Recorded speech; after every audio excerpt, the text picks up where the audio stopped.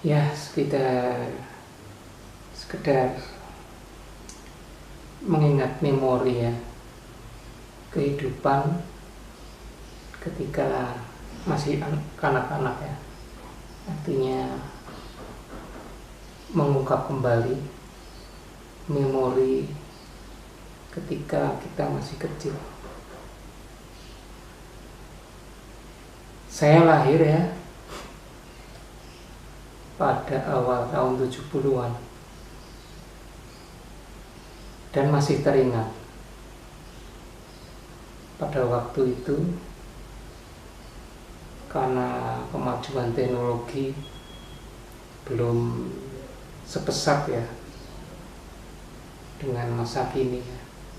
Pada era milenial ini memang perbedaannya sangat luar biasa dalam konteks pengetahuan ya, atau ilmu yang mungkin perbedaannya sangat jauh. Bahwa ketika saya masih kecil, teknologi pada waktu itu memang sangat terbatas. Kemesatan perkembangan ilmu pengetahuan juga masih belum sepesat yang ada dalam kehidupan saat ini ya. Kita lihat juga kehidupannya juga sangat berbeda. Artinya hubungan antar manusianya, hubungan kekerabatan, hubungan antar tetangga, hubungan antar manusia juga memang sangat berbeda sekali kehidupannya dengan kehidupan kalau kita konteks zaman sekarang ya, zaman milenial, zaman yang serba teknologi.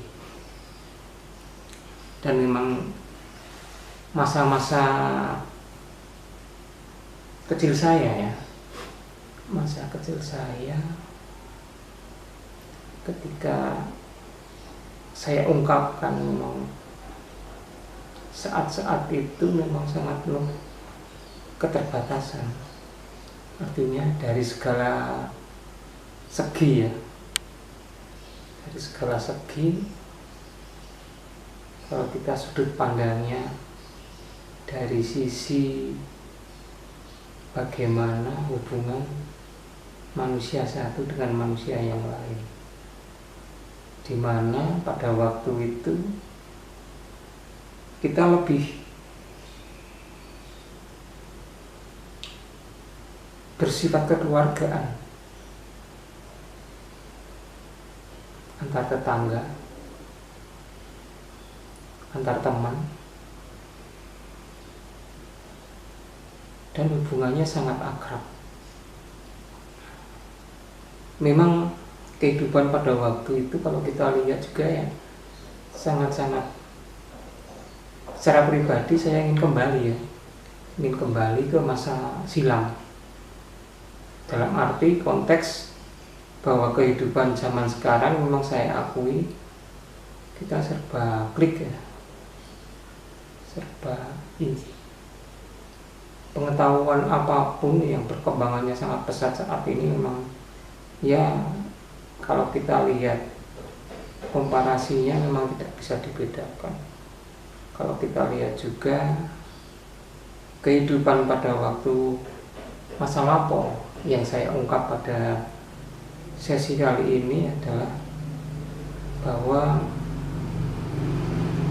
ada satu mungkin bagi kehidupan saya adalah suatu misteri dalam konteks mungkin bagi kerabat atau bagi teman sepermainan saya masih kecil, itu suatu kenyataan dalam konteks apa yang saya alami pada waktu saya kurang lebih lebih berumur 5 atau ya 5 atau 6. Karena ini memang saya masih ingat itu ketika saya umur sekitar 5-6 itu ya, memori kolektif saya mengatakan bahwa ketika pada waktu itu usia untuk memasuki sekolah dasar ya, sekolah dasar itu kalau mungkin zaman sekarang umur 5 tahun sudah bisa masuk ke bangku sekolah dasar atau kelas 1 ya. Namun pada waktu itu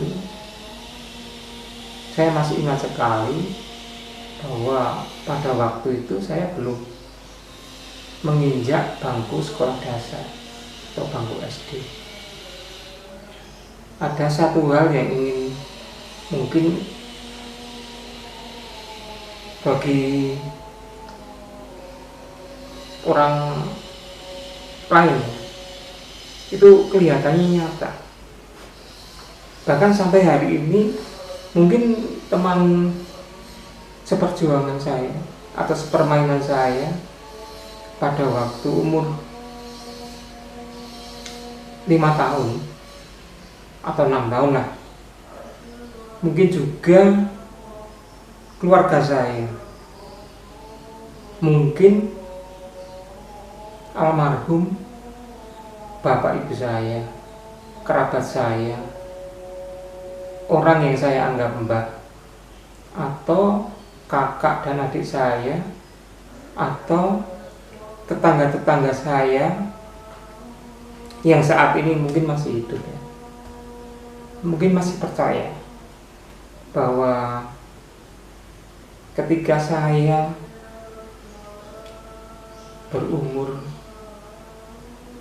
5 tahun atau 6 tahun itu saya memiliki julukannya Paraban, bahwa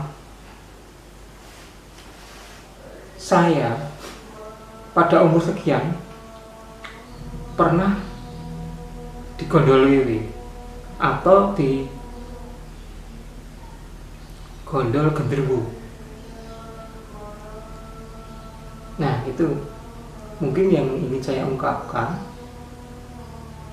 Itu memang sebagai suatu misteri ya, bahwa konteks keyakinan orang pada waktu itu bahwa mereka yakin saya betul-betul pernah digondol wewe atau digondol genderuwo. Artinya saya pernah dimasukkan atau diajak atau memang diambil oleh sosok bunian ya. Bunian artinya oleh makhluk astral yang mungkin bagi orang-orang pada waktu itu sering disebut dengan wewe atau genderuwo. Nah, ini yang bagi saya kehidupan sampai sekarang ini memang pas waktu saat inilah saya ungkapkan. Apakah benar saya itu waktu kecil pernah dibawa, atau istilah orang Jawa itu digondol wewe atau digondol atau dibawa oleh genderuwo. Nah, sebetulnya kalau dari kacamata rasional, saya pribadi saya belum pernah mengungkapkan ya sebelumnya. Secara rasional memang saya tolak dalam konteks karena saya sebagai pelakunya. Namun demikian, orang lain atau orang sekitar kehidupan saya waktu kecil itu masih menganggap bahwa saya itu pernah digondol wewe atau digondol gendruwo, makhluk bunian itu. Dan kepercayaan itu sampai mengakar, ya, artinya tidak pernah hilang. Artinya memori mereka pada waktu itu memang kehidupan yang serba kekurangan dalam konteks, karena satu ya, pada waktu itu zaman saya masih kecil itu penerangan belum menggunakan listrik, masih pakai teplok atau sentir ya, atau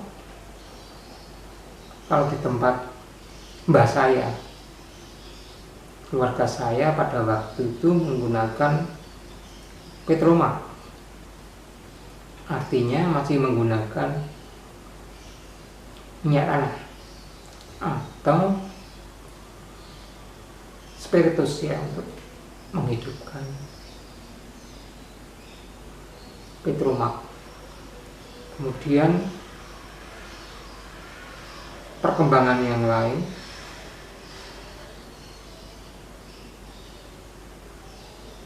masyarakat pada waktu itu masih percaya terhadap hal-hal mistis, hal-hal yang tidak bersifat rasional. Seperti misalnya pada waktu saya masih kecil, karena interaksi antar tetangga, antar teman, antar rumah itu begitu dekatnya. Jadi ada suatu kebiasaan pada waktu itu, antar tetangga itu saling bertukar pikiran, duduk bersama di halaman rumah, di pojok-pojok rumah, sangat interaktif. Artinya kedekatan masing-masing personnya.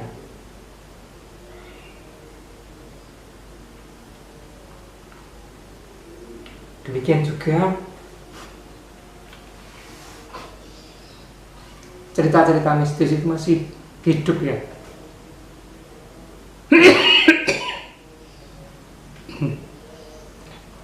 Di kalangan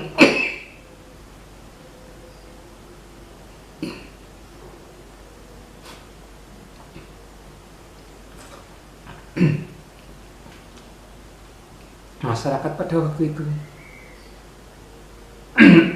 bahwa kehidupan misteri itu dianggap masih begitu lekat. Contoh, mereka percaya terhadap adanya tuyul,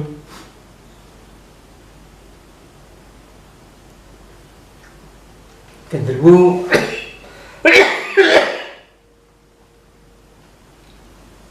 kuntilanak, atau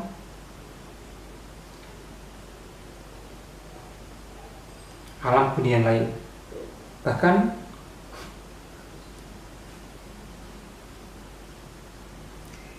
kehidupan pada waktu itu masih kental dengan nuansa-nuansa mistis. Misalnya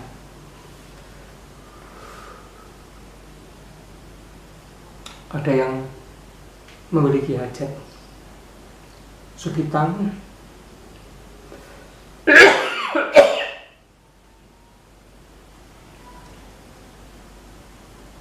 kitanan, atau pernikahan,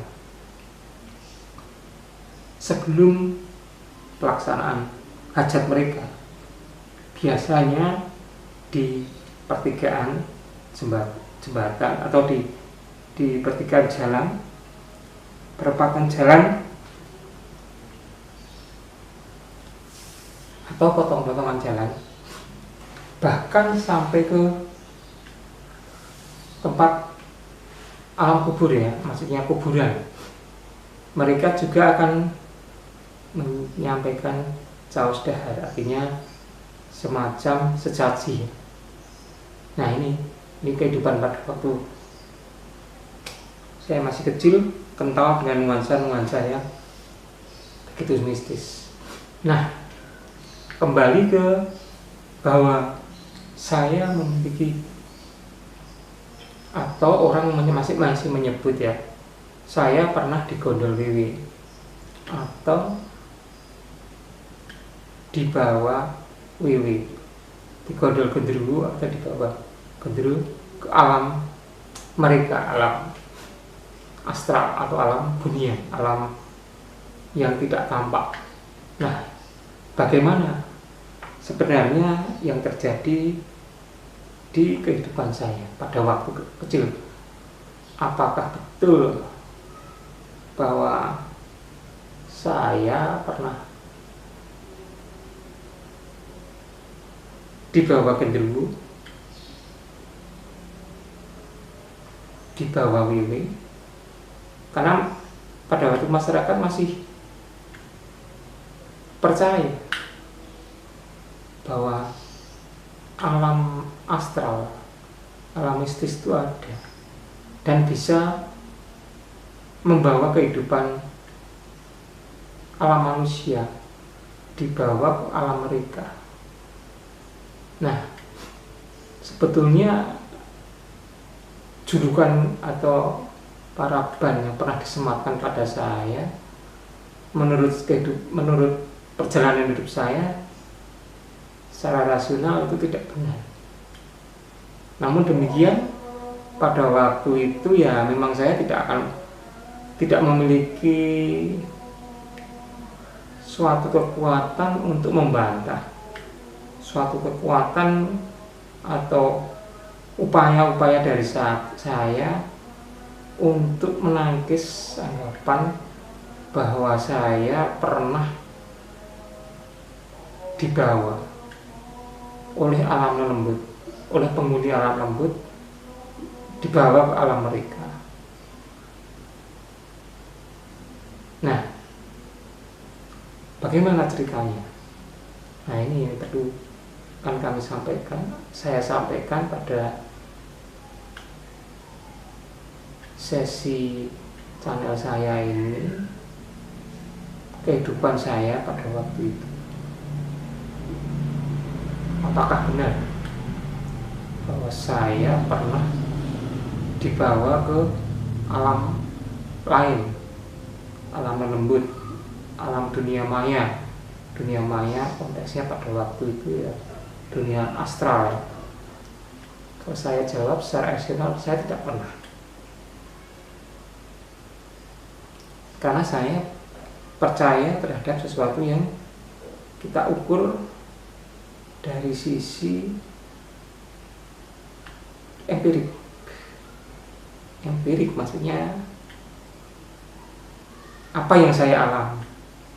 Saya memang kondisi pada waktu itu ya, kondisi pada waktu saya masih kecil, umur 5-6 itu kan ada kecenderungan untuk mencontoh orang yang sudah dewasa dengan kehidupan yang katakanlah masih belum maju seperti kehidupan sekarang.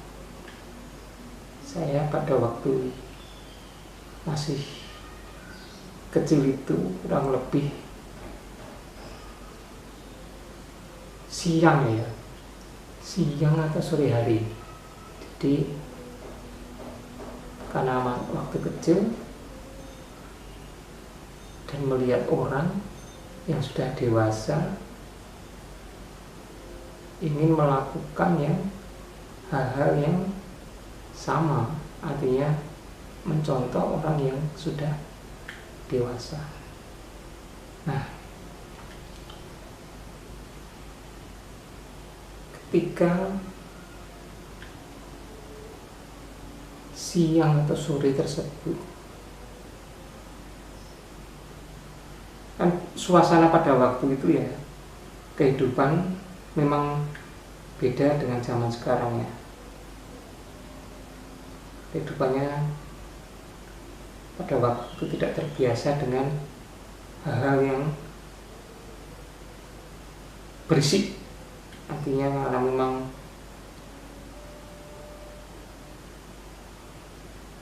masyarakat pada waktu itu masih sangat sederhana. Jadi pemilik televisi atau radio belum sebanyak sekarang. Bahkan itu barang-barang yang mahal. Artinya untuk memiliki barang-barang tersebut itu kategorinya orang kaya. Dan masyarakat di sekitar saya pada waktu itu di samping rumahnya masih banyak yang dari bambu atau kayu, dan jarang lantainya itu di semen atau di keramik seperti sekarang, masih tanah Nah, kembali ke awal cerita ini bermula. Kenapa saya kok dianggap pernah dibawa ke kehidupan alam lembut pada waktu itu sekitar siang atau menjelang sore, karena saya sering melihat orang dewasa. Ayah saya adalah seorang perokok, kemudian mbah saya, dalam arti orang yang dekat dengan keluarga saya itu juga merokok. Demikian juga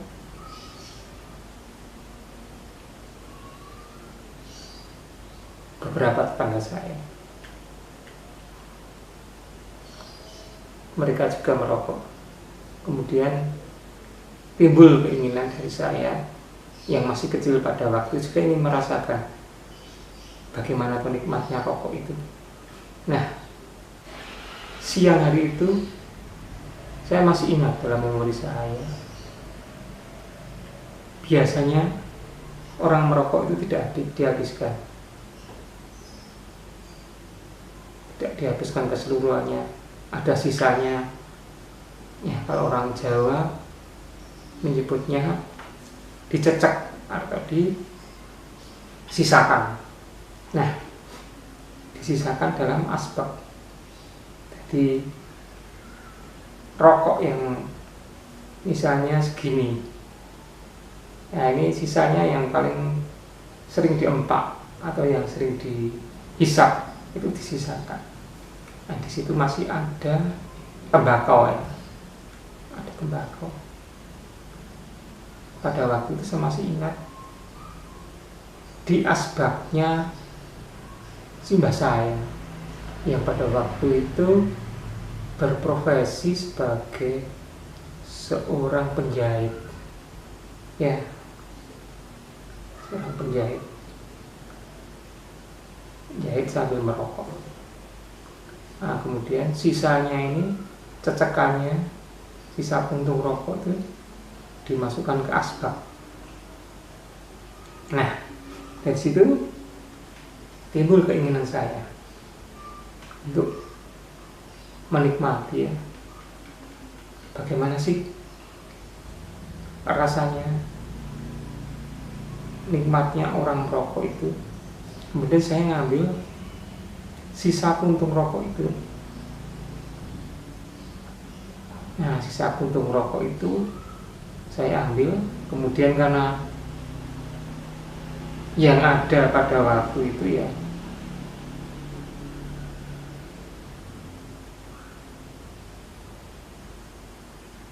apa adanya, jadi yang ada kertas saja pada waktu itu sulit ya. Kita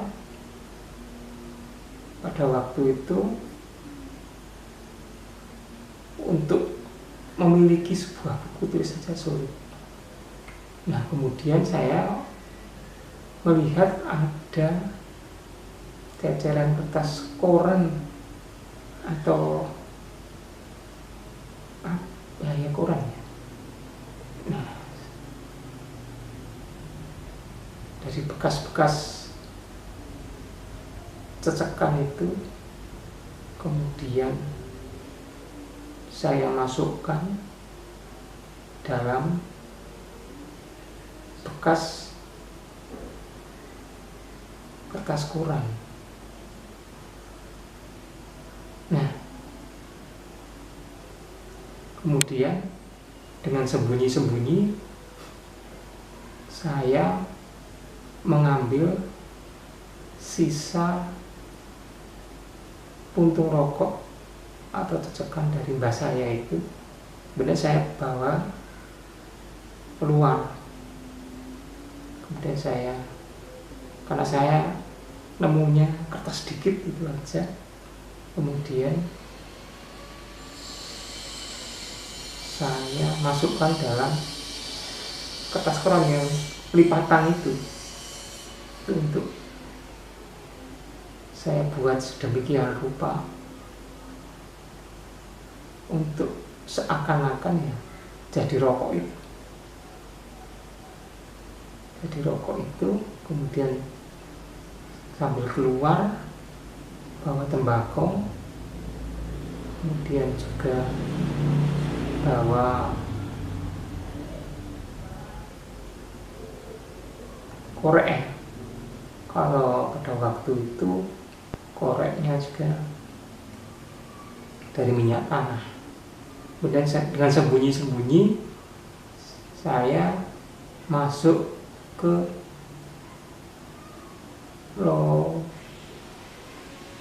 istilahnya apa ya, lompetan ya, lompetan di antar rumah itu ada yang jalan kecil tersisa. Kemudian dari tembakau cecekan itu saya linting pakai kertas koran itu,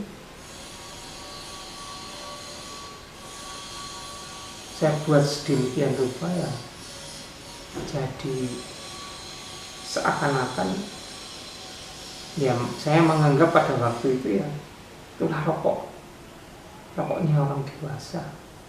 Dan saya mencoba untuk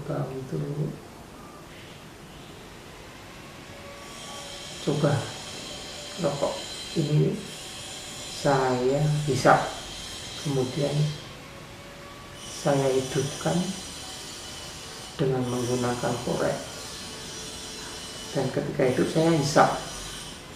Nah, karena asik menghisap rokok itu tanpa sepengetahuan saya, ternyata ya ada tetangga yang melihat karena melihat saya yang asik merokok. Kemudian saya dimarahi, diancam, bahkan dibeden-bedeni ya, dalam arti ditakut-takuti oleh tetangga saya itu. Pada waktu itu saya masih ingat, tetangga perempuan.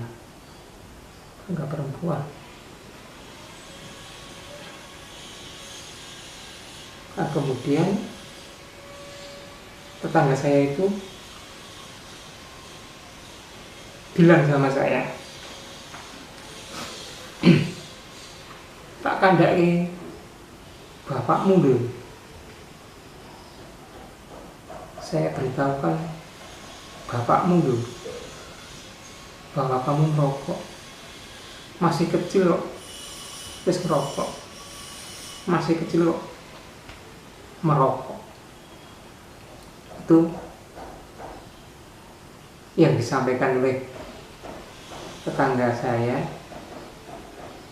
Tapi ketika menyampaikan itu ya nadanya datar, tidak ada gertakan, tidak biasa. Bahkan saya masih ingat itu sambil pergi, mungkin karena hanya tetangga, tidak ada hubungan darah atau kekeluargaan, mungkin ya sebatas karena saling tetangga, saling menegur.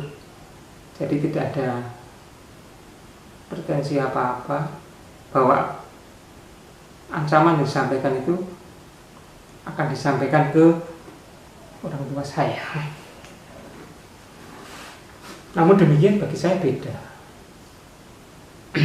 Apa yang disampaikan oleh tetangga saya itu, ibu-ibu tersebut, bahkan bagai suara halilintar menggelegar yang membuat saya takut pada waktu itu, karena ternyata dikunangi atau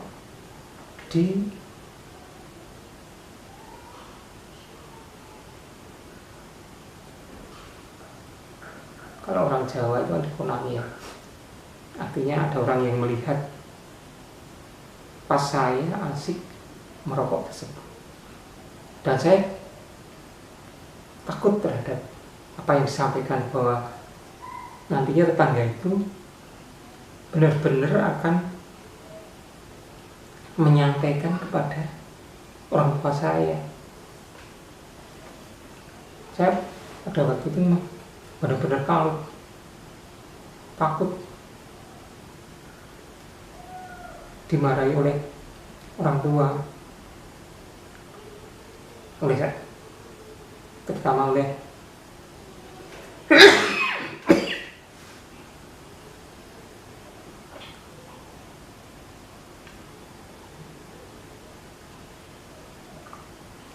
ayah saya ya.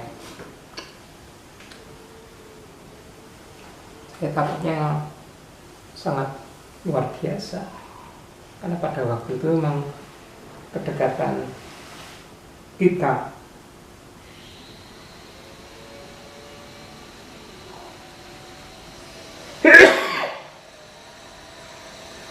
dengan orang tua itu sangat dekat. Nah itu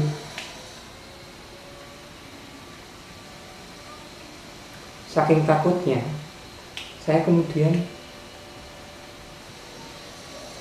membuang rokok yang saya hisap itu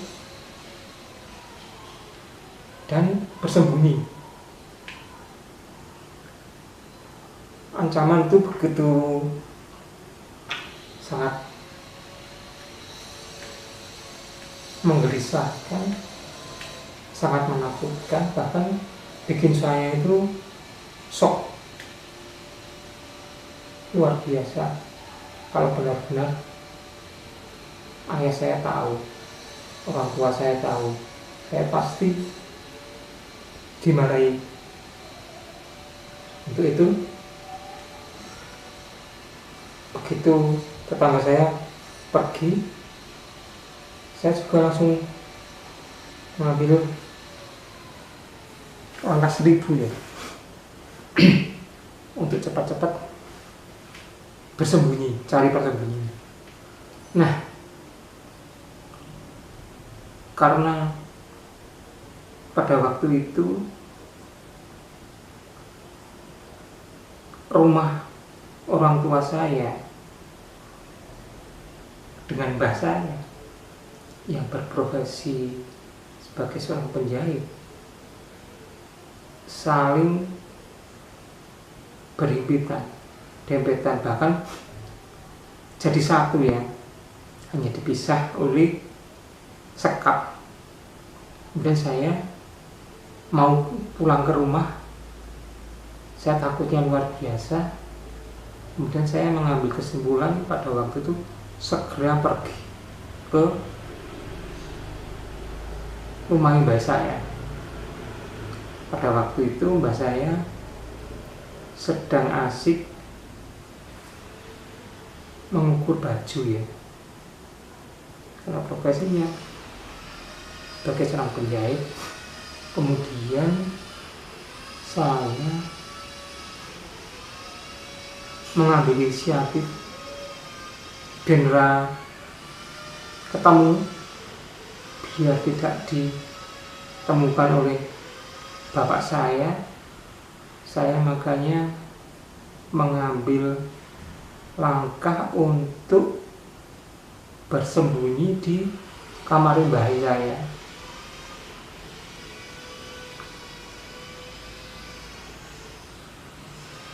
Kamar mbah saya itu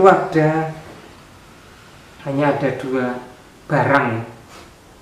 Satu tempat tidur, kemudian satunya meja.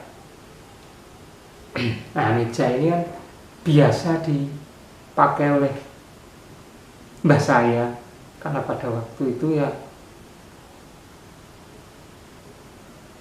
masih ramai atau gencar-gencarnya dengan apa yang disebut buntut atau nalu ya.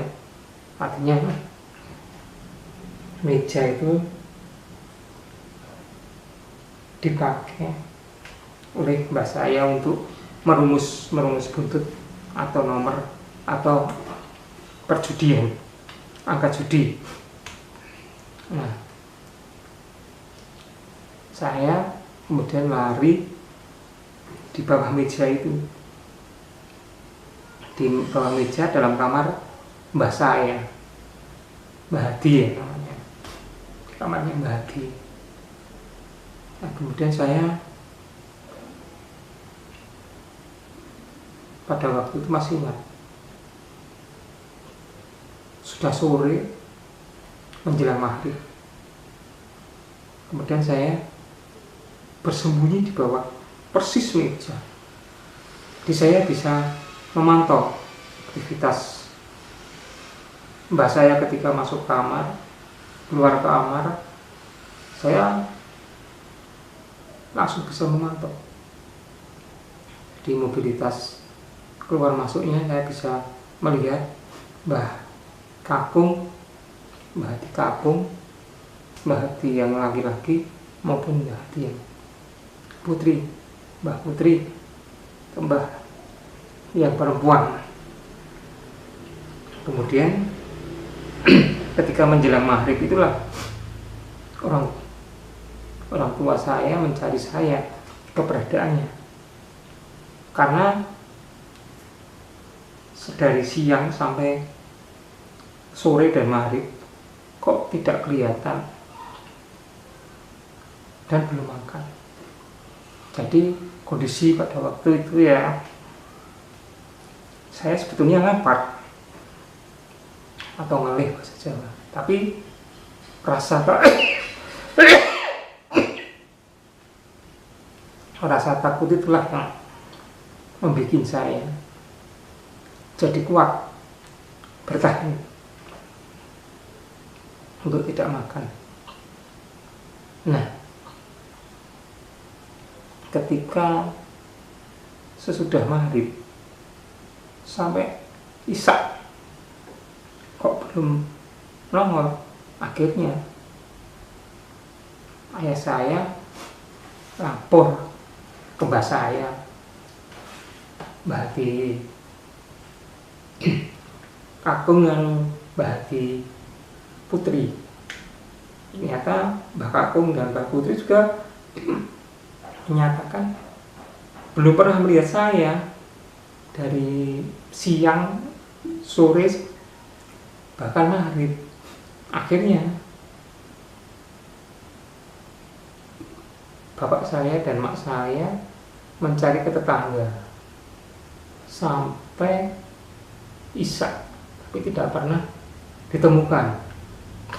Nah, kemudian karena tidak ditemukan, akhirnya satu kampung itu ramai mencari saya. Saya masih di dalam kamar itu, di bawah meja, saya masih betul-betul bisa melihat aktivitas. Karena suaranya masih terdengar di seputar rumah mbah saya. Di rumah saya itu akhirnya banyak orang menggerombol mencari. Nah, keberadaan saya bahkan sampai ke kampung-kampung tetangga. Akhirnya dari inisiatif ketua kampung pada waktu itu ya, larinya itu ke alam dunia, alam astral, alam lembut. Karena sampai hampir jam 8 atau 9 kok belum ditemukan. Sudah mencari ke mana-mana, seluruh kampung diubek-ubek, seluruh kampung dicari. Semua teman sepermainan saya pada waktu kecil sudah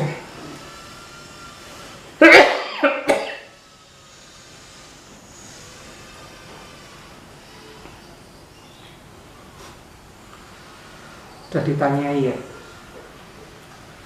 apakah mereka melihat saya atau tidak. Demikian juga sampai ke kampung-kampung tetangga. Nah, karena tidak ketemu, maka ketua kampung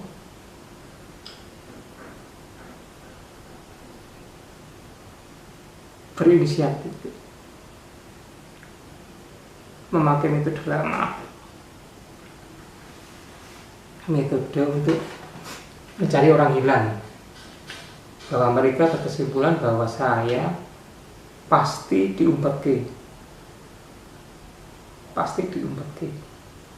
WW atau genderuwo.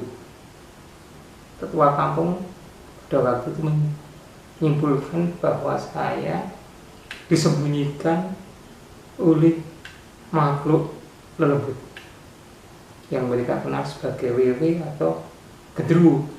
Nah, saya padahal di dalam kamar bawah meja itu ya mendengar semua apa yang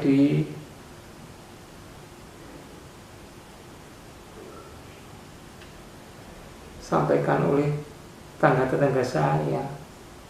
Saya masih bisa mengingat memorinya.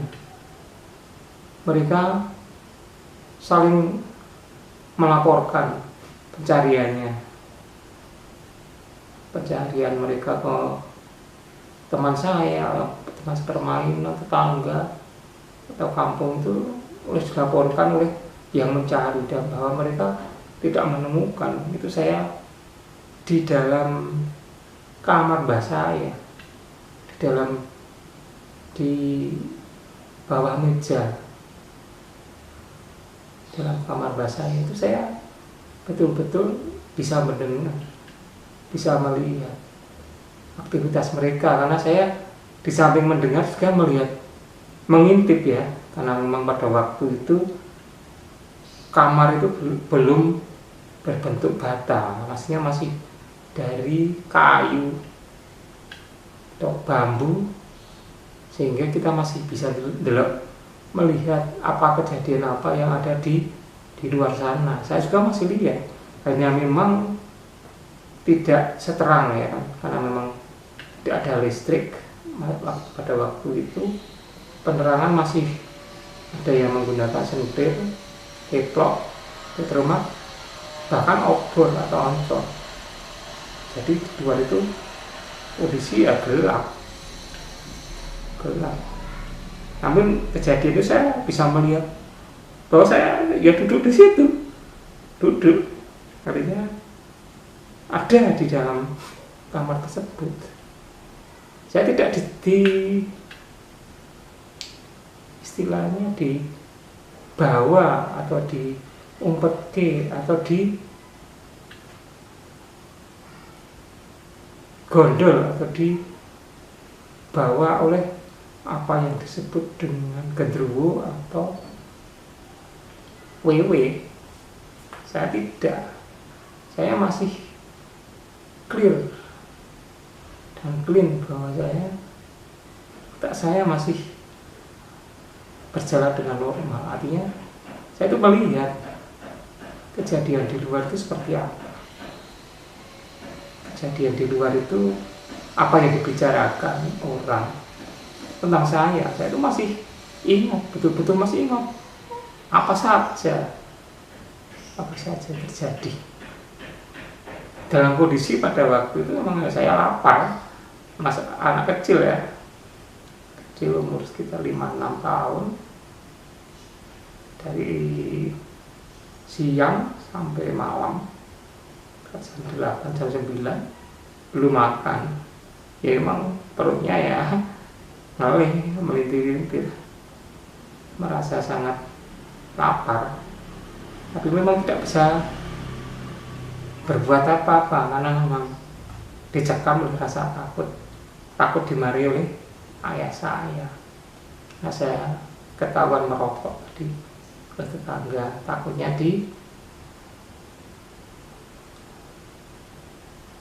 disampaikan oleh tetangga saya kepada ayah saya, sehingga saya takut kalau betul-betul nanti saya dimarahi oleh orang tua saya, bapak saya.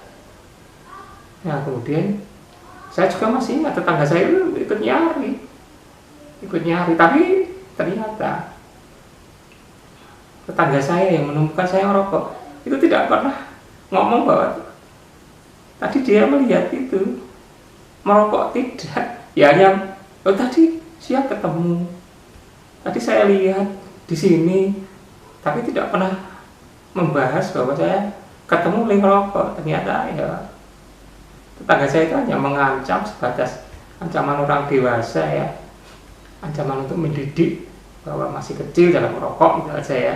Intinya rasa kasih sayang sebetulnya, rasa iman ya, masih kecil kok merokok. Ya itu sebetulnya tetangga ibu itu tadi yang melihat saya merokok tadi tidak pernah menyampaikan masyarakat bahwa saya tadi ada di sini rokok. Tidak. Ternyata saya ketika masih dewasa saat ini atau setelah bertahun-tahun waktu itu hanya sebuah rasa kasih sayang ya, seorang tetangga melihat kita kok merokok. Jadi kan bahasanya juga ingin mendidik kita. Nah, akhirnya karena tidak ditemukan, ya tidak ditemukan, saya hanya di dalam kamar rumah mbak saya, kemudian di bawah meja. Bahkan mereka tidak pernah masuk melihat itu. Mbak saya juga tidak punya ide. Coba Kak melihat kamar, Kak melihat longkangan atau di bawah kasur atau di bawah dipan, apakah dia tidak. Itu juga mbak saya, bapak saya juga tidak pernah terlintas. Dan saya yakin kalau mbak saya, bapak saya, orang tua saya masuk kamar dan melihat di bawah dipan atau tempat tidur, pasti melihat saya, karena Saya ada di meja, betul-betul di pojokan itu. Hanya memang yang sangat membantu ya,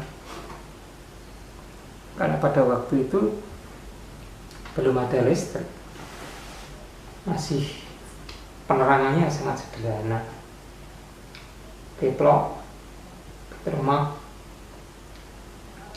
cor, obor. Nah itu tidak membantu. Nah,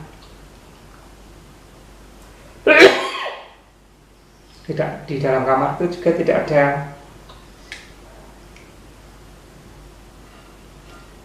penerangan ya. Di kamar mbak saya itu hanya tembok kecil, penjaganya orang kebakaran. Nah, akhirnya tetua masyarakat sekitar situ mengambil inisiatif bahwa ini saya digondol wiwi, diumpetke genderuwo, disembunyikan makhluk halus yang bernama genderuwo atau wiwi. Nah itu akhirnya mereka sepakat untuk menggunakan cara-cara tradisional. Akhirnya mereka, tetangga-tetangga saya, tetangga-tetangga serumah itu menabuh bebunyian apa saja yang bisa ditabuh agar saya dilepaskan dari cengkraman genderuwo maupun wewe gombel. Nah itu akhirnya tetangga itu punya piring, punya manci, punya kentongan, punya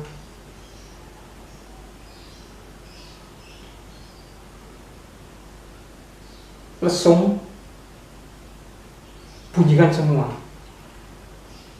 Jadi satu kampung itu akhirnya ya saling membunyikan. Bunyinya juga keras. Tek tek tek tek tek, tang tang tang tang, tok tek tok tek tok tek, tang tang tang tang tang, tok tek tok tek tok tek, sambil bawa obor. Bahkan mereka sambil berteriak-teriak menyuruh genderuwo atau wewe itu ya agar melepaskan saya dari cengkeramannya, dari makhluk dunia. Saya akan dilepas. Bahkan tindakan dari tetangga-tetangga saya itu ya banyak yang mencari saya di pohon-pohon tinggi. Ada pring, ada beringin, pohon beringin, pohon bambu, pohon nangka, pohon mangga.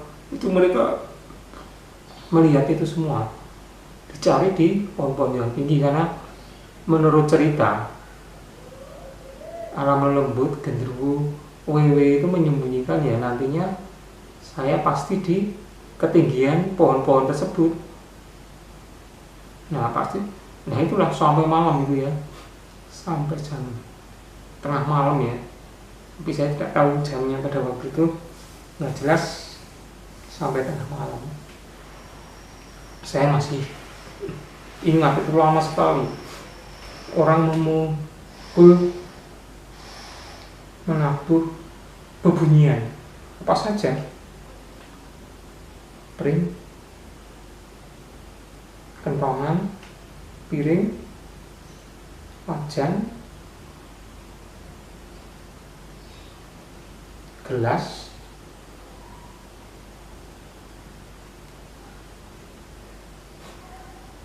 kelumbung, apa saja, bahkan yang bisa dibunyikan sambil teriak-teriak itu. Akhirnya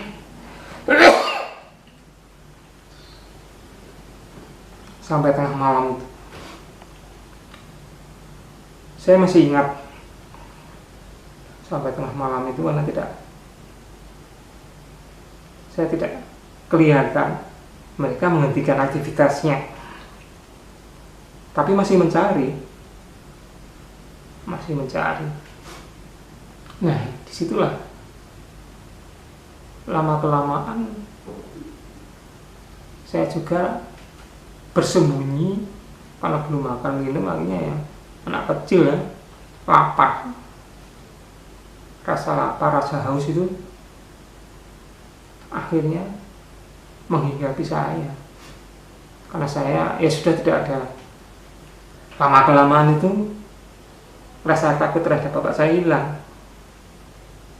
Tadinya begitu kuat mencekram, saya takut terhadap dimarahi oleh ayah saya. Saya akhirnya karena rasa lapar,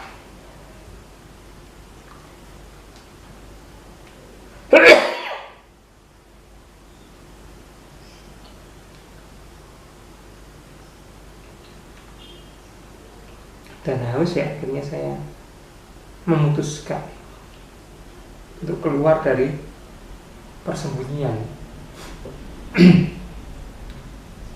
Ya, itu butuh keberanian sebetulnya. Saya keluar akan dimarahi oleh bapak saya, atau saya lapar karena sudah tidak makan berjam-jam dan haus. Akhirnya panggilan alam ya, seorang anak kecil ya, lapar dan haus pasti ya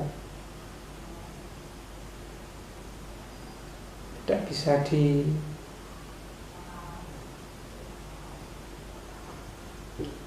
betah-betah ya, dikuat-kuat atau akhirnya ya mengambil keputusan ya untuk keluar. Ya, karena rasa lapar dan haus itu ya yang akhirnya membuat saya berani untuk keluar dari tempat persembunyian.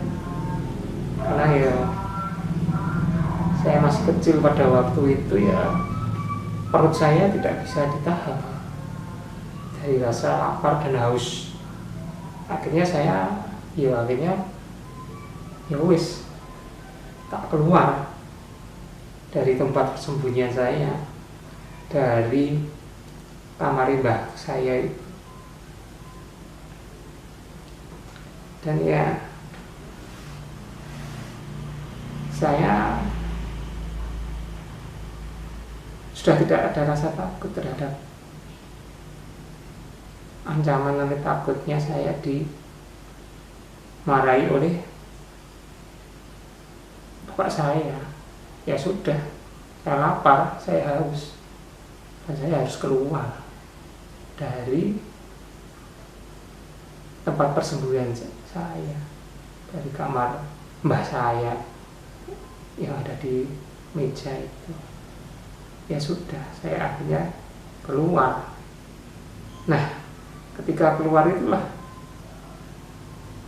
mbah saya sepi karena pada mencari kemana-mana. Mbah saya, kemudian bapak saya itu juga pergi, artinya tidak ada di rumah mbah saya. Mereka keluar mencari kemana-mana. Karena rumah sepi, kamar sepi, ya akhirnya saya keluar rumah. Ternyata di luar itu saya masih ingat yang ada, yang masih tersisa, yang masih nunggu itu ya Mas Mo, istrinya Mbak Tina itu ya. Ternyata Mas Mo yang pada waktu itu berprofesi sebagai seorang tentara. Itu juga baru, sebenarnya Mas Mo ini juga mencari kemana-mana, artinya mencari keluar kemana-mana, mencari saya. Tapi pada waktu itu Mas Mo ini kok pulang. Pas pulang, karena berhadapan-hadapan rumah dengan mbak saya, akhirnya pas saya keluar, Mas Mo ya keluar. Nah, dia kaget, loh kowe gitu, bilang gitu. Kowe digoleki lho, kamu dicari, cari mbahmu, cari bapakmu. Kowe digondol ewe ya, kamu disembunyikan oleh makhluk halus. Wewe karo gendruwo ya, terus bali kowe. Nah, akhirnya Mas Mo ini juga sampai hari itu kamu yakin bahwa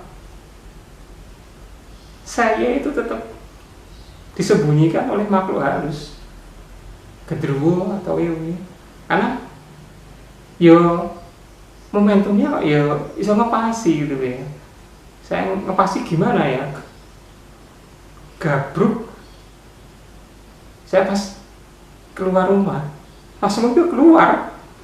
Jadi seakan-akan ya saya dikembalikan oleh gendruwo atau wewe itu pas sepi, tidak ada orang, karena orangnya pada mencari ke berbagai tempat ya. Tidak ada orang yang ada di sekitar rumah itu, tidak ada. Jadi seakan-akan Mas Mo tetap dalam pikirannya itu dibalik pas sepi, tidak ada orang, dan menganggap bahwa saya itu dikembalikan ya karena ada kekaburan. Nah itu yang ada di main setnya Mas Mo yang pertama kali ketemu sama saya, itu bahwa saya dikembalikan karena faktor ada kekaburan itu. Tapi sebenarnya tidak. Saya keluar karena lapar, saya karena haus. Anak kecil 5 tahun, 6 tahun, dan saya selama bersembunyi itu ya normal-normal saja, tidak ada orang lain selain saya, karena memang saya takut ya dimarahi oleh bapak saya.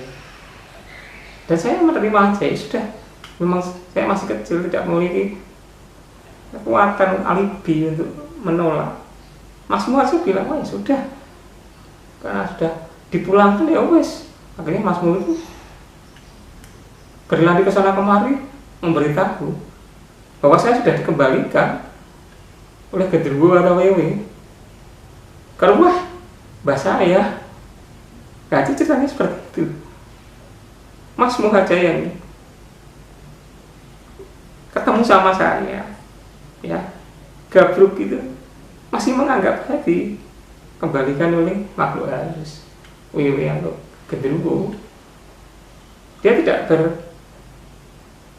berpikir secara logik atau rasional, tidak menanyai kowe nang ndi wae, kamu kemana saja, kamu sama siapa, tidak. Dia berpikir ya sudah dikembalikan, sudah bersyukur.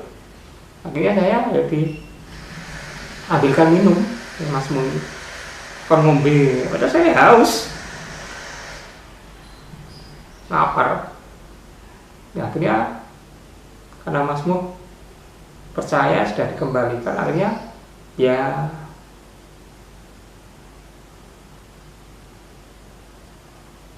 mengambil langkah untuk menyampaikan, mencari bapak dan mbak saya bahwa saya sudah dikembalikan menurut mereka ke alam dunia dari alam lembut. Ya itu kepercayaan, saya tidak menyalahkan ya, tidak apa-apa, biasa-biasa saja. karena itu ya sudah kepercayaan masyarakat pada waktu itu. Nah, ketika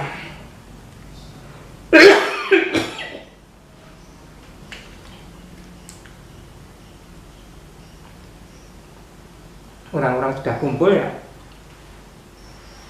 tidak bersyukur bahwa saya sudah dikembalikan ke alam nyata. Mereka tidak berpikir logik, rasional. Bahkan bapak saya terharu.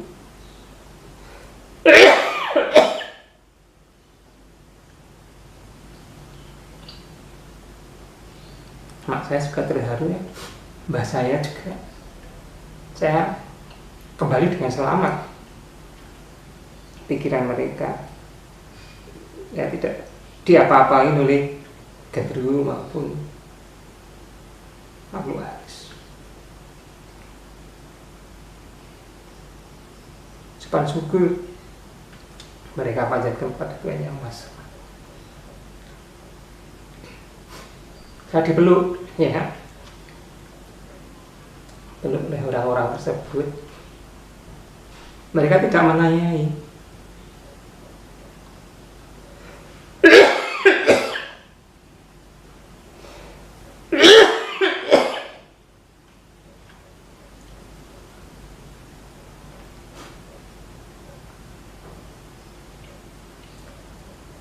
Mereka tidak menanyai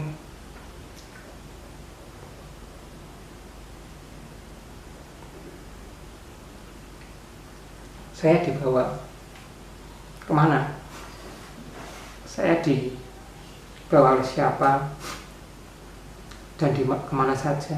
Tidak. Mereka mengucapkan syukur bahwa saya dengan selamat ya dikembalikan menurut pandangan mereka ke alam kehidupan manusia. Mereka bersyukur sudah. Mereka tidak menanyai macam-macam. Bahkan mbah saya yakin, seyakin-yakinnya bahwa saya betul-betul dibawa ke alam lembut. Tidak apa-apa. Nah ya, kepercayaan mereka seperti itu, dan saya juga tidak menyalahkan kepercayaan tersebut. Saya terima. Namun demikian saya juga mengucapkan syukur. Ternyata ya saya tidak dimarahi oleh orang tua saya pada waktu itu ya. Ya saya bersyukur pada waktu itu. Wah, kemudian setelah itu ya saya disuruh makan, minum, lembah bapak saya, kemudian dimandikan, setelah itu suruh tidur.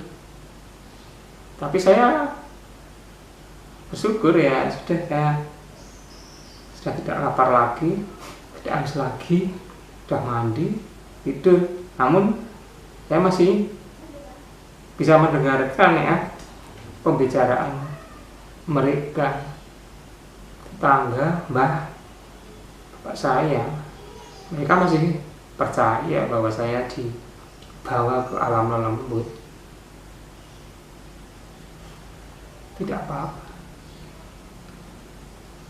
Bahkan hingga hari ini, ketika saya melakukan satu bentuk autobiografi saya di channel saya ini ya, baru saya ungkapkan ya, tidak apa-apa memori kolektif mereka terhadap dunia bunian, dunia alam astral, dunia alam antah berantah, dunia lembut, biarkan aja, tak masalah. Tidak ada, bagi saya ya, tidak ada urgensinya katakanlah kita menolak atau katakanlah memberikan satu bentuk pencerahan. Ya memang pada waktu itu memang ya kehidupannya sudah tersetting ya, karena tingkat kemajuan. Nah, kemudian ketika pagi harinya, belum sampai pagi hari, bahkan pada hari itu juga keluarga saya, mbah maupun bapak saya, membuatkan semacam bubur abang putih.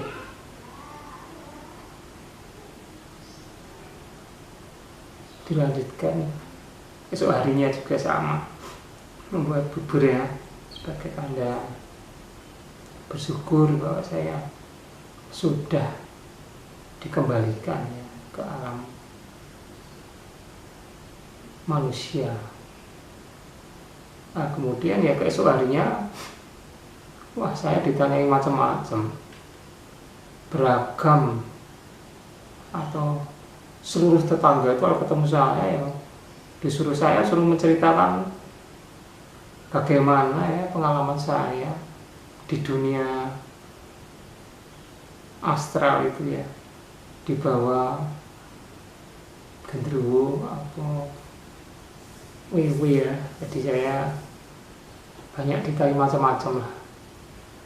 Kamu kue ning kono ketemu harus apa wae. Kamu di sana, di alam sana itu ketemu sama makhluk berupa apa? Kamu di sana itu di mana? Kamu di sana itu kowe ning kono itu karo sapa wae, ketemu sapa, dijak apa wae. Kamu di alam sana itu dibawa kemana saja, bersama siapa, dan disuruh makan atau minum atau tidak. Kemudian ditanyai apa aja, kehidupannya sana seperti apa, alam ekonomi itu kayak apa, alam dunia ini genderuwo, dunia ini wewe gombel itu seperti apa. Mereka juga ingin tahu keadaannya itu seperti apa, kehidupannya itu seperti apa.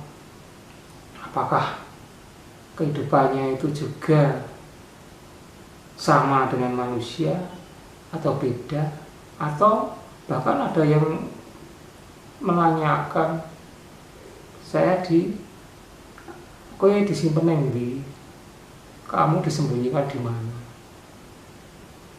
kowe nang kayak dewet ngendi, kamu dibawa ke pohon yang mana itu. Nah itu pada pagi harinya pertanyaan-pertanyaan itulah yang ditanyakan kepada saya, dan saya itu pada waktu itu tidak menjawab. Saya ditanya satu persatu jawab saya diam aja, nggak tanya. Tapi tetangga-tetangga saya memaklumi bahwa saya tidak menjawab, tidak mengiyakan apa itu, bahwa mereka percaya karena saya di bawah alam sana itu ibarat orang itu di bawah pengaruh mereka, di bawah pengaruh alam astral. Artinya kita dibawa secara tidak sadar dan kita sulit mengingat-ingat. Itu kepercayaan tetangga saya. Karena saya tetap masih percaya, mereka masih percaya, saya tetap sampai hari ini. Bagi orang-orang yang menyaksikan peristiwa itu mereka masih percaya saya pernah di gondol wewe atau gondol genderuwo, bahwa saya pernah dibawa oleh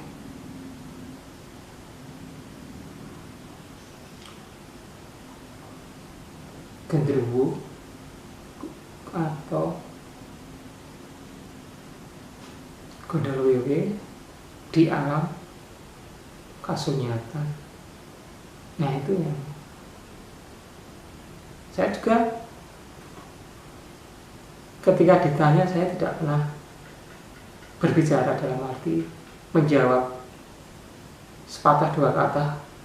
Kalau itu pertanyaan ya berkisar kaitannya dengan kisah mistis bahwa saya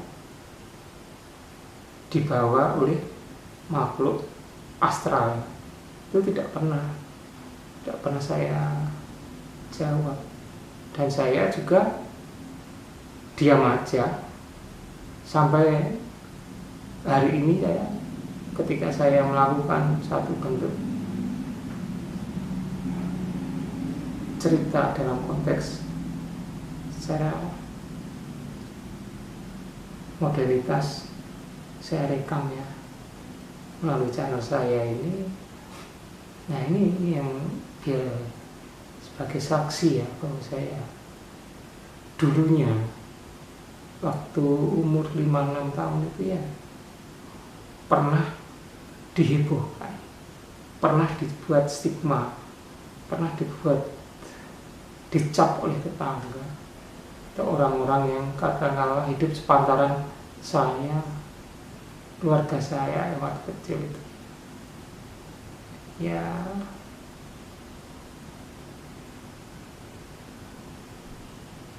saya dianggap pernah di gondol wewe, gondol genderuwo. Padahal kalau kita lihat dari bentuk kampung saya, tempat tinggal mbah saya, bapak saya itu padat. Jadi ya setengah perkampungan orang gitu, Kamagelang, tingkat kepadatannya sangat tinggi ya.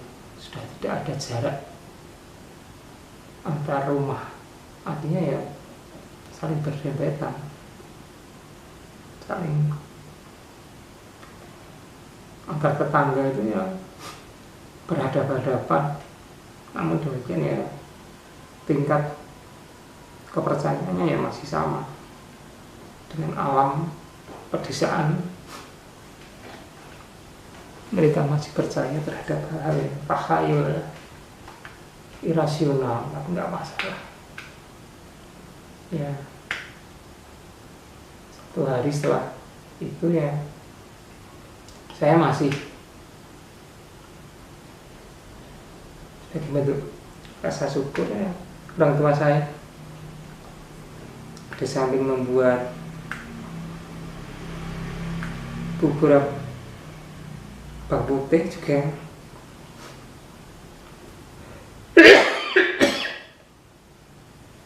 selamatan kenduri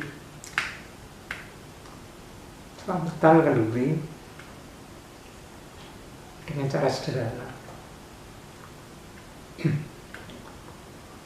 membuat bacaan itu sebagai tanda rasa syukur pada Tuhan Yang Maha Esa, Allah SWT, bahwa saya diberikan kesehatan, tidak ada kurang suatu apapun. Saya dikembalikan ke alam kehidupan nyata. Nah itu sampai bertahun-tahun ya, bertahun-tahun saya masih diberi stigma itu. Bahkan ketika saya masih dewasa, sudah sekolah SD, SMP, SMA, bahkan kuliah, tetangga-tetangga yang pada waktu itu ikut mencari ya, ikut menyaksikan bahwa saya tidak ada di rumah mbak saya, tidak ada di rumah bapak saya, dan menyatakan saya di gondol wewe, gondol genderuwo. Itu ketika ketemu ya masih cerita seperti reuni itu ya, seperti reuni. menceritakan bahwa saya pernah di Gondol Wiwi. Pada waktu kecil ya di Gondol Genderuwo. Nah, seperti itu sering diungkapkan, utamanya ketika lebaran, saling sungkem, saling bertemu. Nah, ini sering dilontarkan. Loh, wit iki wiwit iki sing biyen wis tau digondol wiwi, wis tau digondol Genderuwo. Kapan itu muncul?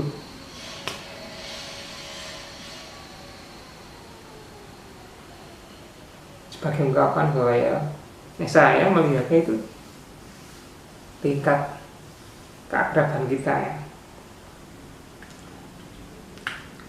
tingkat mereka memiliki, kalau kita saudara, mereka memiliki memori bahwa kita bertetangga, yaitu kadang-kadang yang dilontarkan, dikeluarkan, dan itu tidak pernah terhapus ya sampai hari ini. Sampai hari ini ketika mereka punya cucu, punya keluarga, ketemu ya sama. Wah, kowe biyen ya gondol kowe gondol Genderuwo ya. Saya sampai hari ini pun saya ya tak terima.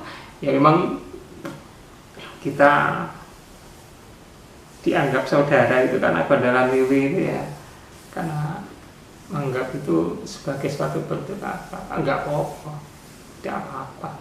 Bahkan kakak saya mungkin ya, kakak saya, adik saya mungkin ingat enggak ya, mungkin kakak saya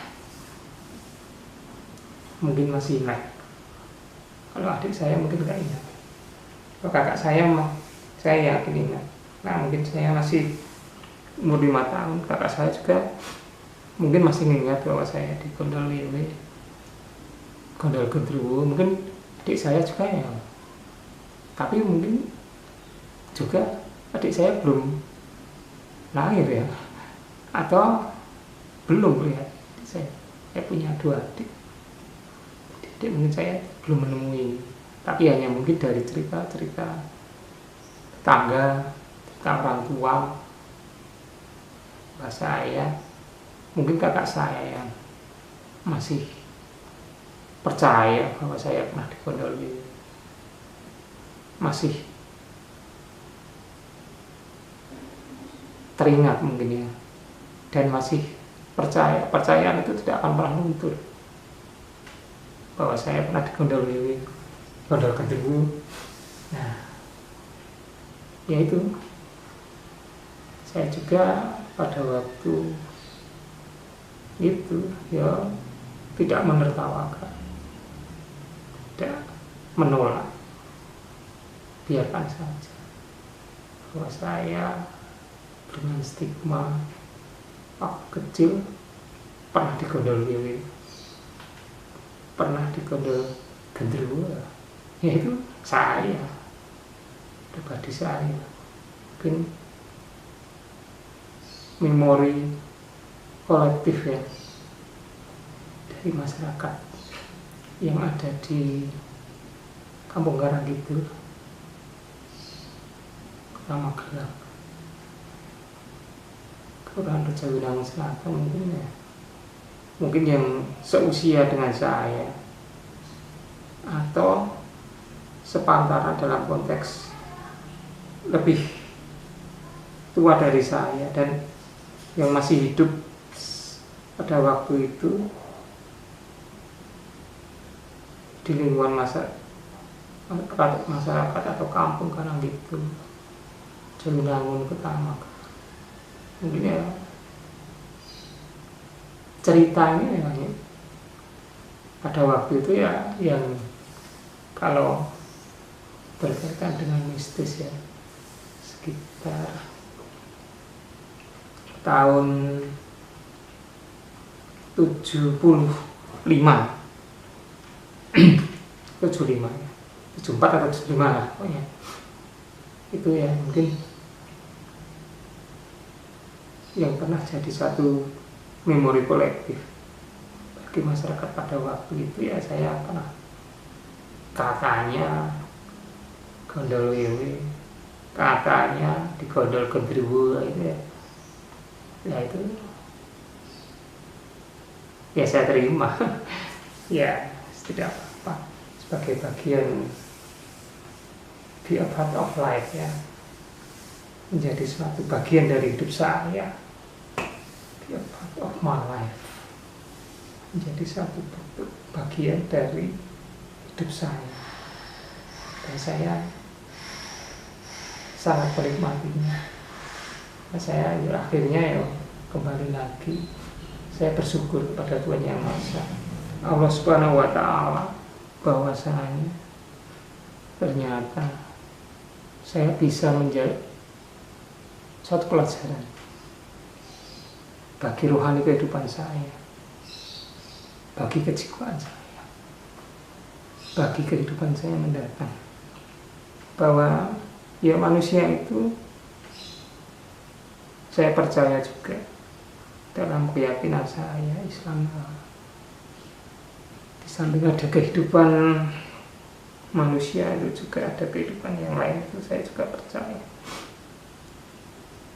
Nah ini satu bentuk pembelajaran bagi saya, dan saya juga yakinnya bahwa julukan saya waktu masih kecil pernah digondol wiwit, saya waktu kecil pernah digondol gendruwo, itu juga menjadi suatu takdir ya dari Allah, dari Tuhan Yang Maha Esa, jadi suatu cerita tersendiri bagi masyarakat yang pernah hidup dengan saya, pernah hidup dengan keluarga saya pada medium tahun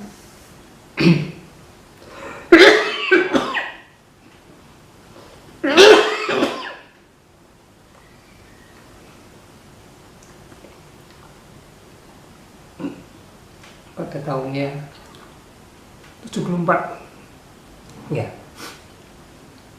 mungkin sekarang tahun 74 ya, mungkin masyarakat yang pada waktu itu ya sekarang ini mungkin sudah sepuh-sepuh ya, sudah masak. Saya sendiri juga sudah merasa puas, dan itu saya yakin jadi kenangan indah dalam hidup saya,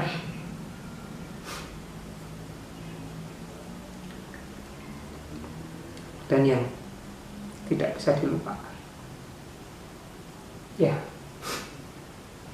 kenangan yang termanis mungkin ya bagi saya dan keluarga saya, bahwa saya pernah mendapat julukan waktu kecil, masa kehidupan saya kecil, bahwa saya pernah mendapat julukan waktu kecil, masa kehidupan saya kecil, bahwa saya pernah digondol wiwi atau pernah digondol gendruwo.